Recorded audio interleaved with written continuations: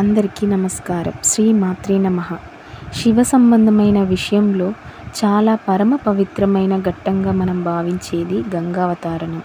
దానితో సమానమైన ఘట్టం మరొకటి లేదు. ఈశ్వర కారుణ్యమునకు హద్దు లేదని చూపించే వాటిలో గంగావతరణం ఒకటి. సగర చక్రవర్తి కుమారులు ఉద్ధతితో ప్రవర్తించి కపిల మహర్షి తపస్సు చేసుకుంటున్న ప్రదేశానికి వెళ్ళి తమ యాగశ్వము అక్కడ కనబడింది కాబట్టి ఆయనే దొంగ అని నిర్ణయంకు వచ్చేసి చేతికి దొరికిన కర్రలు పట్టుకొని ఆయనను నింద చేస్తూ ఆయన మీదికి పరిగెత్తారు. నాశనం చెయ్యడానికి మహాపురుష సంకల్పం ఒక్కటి చాలు. అది చాలా భయంకరంగా ఉంటుంది. కపిల మహర్షి ఆ కేకలేమిటా అని కళ్ళు తెరిచి చూశారు.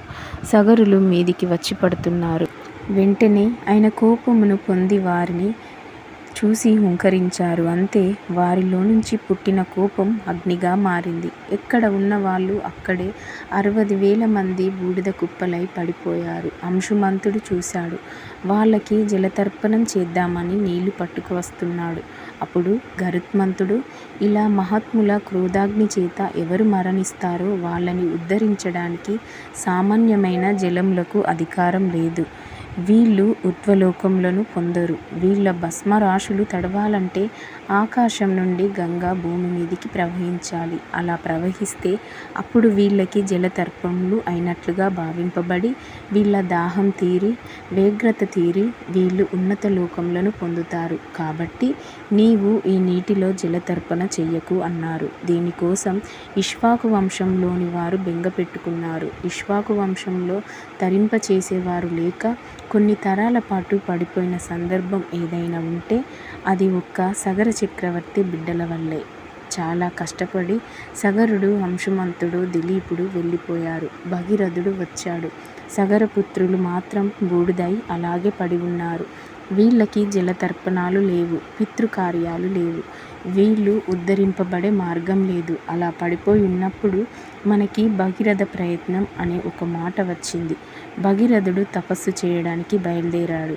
ఆయన దక్షిణ భారతదేశానికి వచ్చి గోకర్ణంలో బ్రహ్మగారి గురించి తపస్సు మొదలుపెట్టాడు. అలా 1000 సంవత్సరములు తపస్సు చేశాడు. బ్రహ్మ ప్రత్యక్షమై నీకేం కావాలి అని అడిగాడు. అప్పుడు భగీరథుడు, ఇక్ష్వాకు వంశమునందు కుమారులు జన్మింపకపోవుట అన్నది ఉండకుండా అవిచ్ఛిన్నముగా వంశం జరుగు కాక, రెండవది, నాకు ముందు తరములలో కొంతమంది బూడిద కుప్పలై పడిపోయి ఉన్నారు. వారికి సద్గతి కలగడానికి వీలుగా ఆకాశం నుండి క్రిందికి పాతాళ గంగను విడిచిపెట్టు అని కోరాడు. గంగ ఆకాశంలో నుంచి పడితే దానిని భూమి వహించలేదు. గంగ అలా పడేటప్పుడు మధ్యలో పట్టుకునేవారు ఒకరు కావాలి. అందుకే శంకరుడే సమర్థుడు. కాబట్టి నువ్వు శంకరుడి గురించి తపస్సు చేయవలసింది అని చెప్పాడు. భగీరథుడు శంకరుని గురించి తపస్సు ప్రారంభించాడు.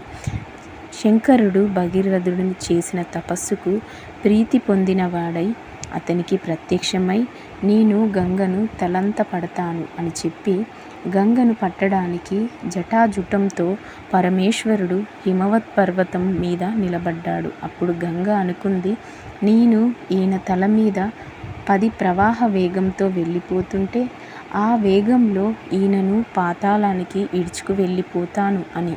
ఆ ప్రవాహంతో పాటు చేపలు, తిమింగలములు మొదలైనవి ఎన్నో పడ్డాయి. ఇప్పుడు శివుడు ఈ నీటినంతటిని తన జుటాజుటంలో పట్టేశాడు. గంగ ఆశ్చర్యపడింది. గంగ శివుని శిరస్సు మీద నుండి క్రిందకు పడకపోవడం గమనించిన భగీరథుడు మళ్ళీ తపస్సు ప్రారంభించాడు.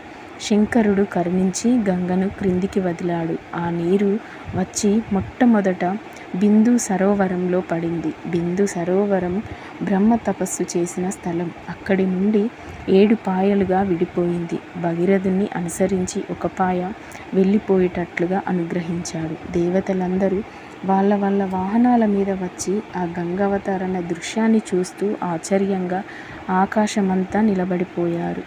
దేవగంగ భూలోకంలో పడిందని పాపం చేసిన వారందరూ వచ్చి దానిలో మునిగి స్నానాలు చేశారు. వాళ్ళ పాపాలన్నీ పోయి వాళ్ళందరూ స్వర్గానికి వెళ్ళిపోతున్నారు. అలా ముందు భగీరథుడు వెళ్తుంటే వెనుక గంగ వేగంగా ప్రవహిస్తూ వస్తుంది. దారిలో జహ్ను మహర్షి ఆశ్రమం తగిలింది. గంగ అలా వెడుతూ జహ్ను మహర్షి యజ్ఞవాటికను ముంచి వెళ్ళిపోయింది. ఈ దృశ్యాన్ని చూసిన జహ్ను మహర్షి కోపంతో గంగనంతటిని ఔపాసన పట్టేశాడు. ఒక్కసారిగా శబ్దం ఆగిపోయింది. భగీరథుడు వెనక్కి తిరిగి చూశాడు. గంగ కనిపించలేదు. జరిగింది తెలుసుకొని తనని అనుగ్రహించమని జహ్ను మహర్షిని ప్రార్థించాడు. అప్పుడు జహ్ను మహర్షి గంగను తన చెవిలో నుంచి బయటకి వదిలిపెట్టేశాడు. గంగ మరల భగీరథుని వెనుక ప్రవహించడం ప్రారంభించింది. అలా చివరకు పాతాళ లోకానికి వెళ్ళింది. గంగకు భగీరథుడు తన పితృదేవతల భస్మరాశులను చూపించి వాటి మీద నుంచి ప్రవహించమని చేతుల్లోకి నమస్కరించి అడిగాడు. గంగ ఆ భస్మరాశుల మీదకు ప్రవహించింది. వాళ్ళందరూ కూడా ఉత్తర క్షణం దాహశాంతిని పొంది ఊర్ధ్వలోకాలకు వెళ్ళిపోయారు.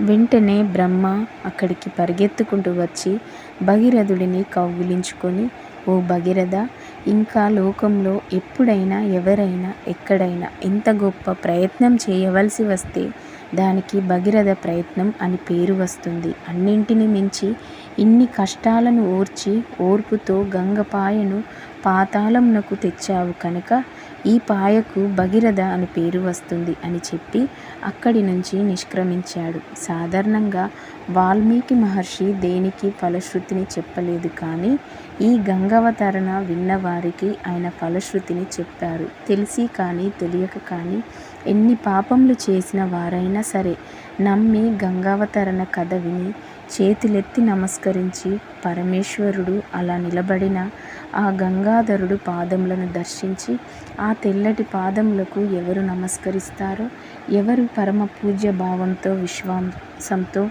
గంగావతారంను వింటున్నారో అటువంటి వారి సమస్తమైన కోరికలు తీరుతాయి. వారు ఇంతకు పూర్వం ఎన్ని పాపములు చేసిన వారైనా బాధలు పొందకుండా సుఖములను పొందుతారు.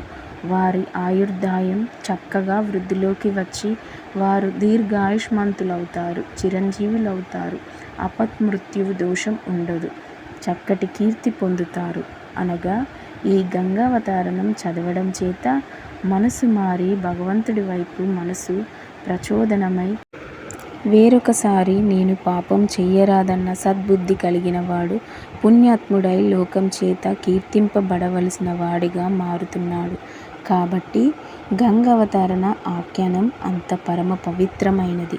ఈ గంగావతరణ కథను విన్నవారికి ఆ శివ అనుగ్రహం తప్పకుండా పొందుతారు. మహాశివరాత్రిలోపు ఈ కథ విన్నవారికి సకల పాపములన్నీ తొలగిపోయి సుఖశాంతులతో వర్ధిల్లుతారు.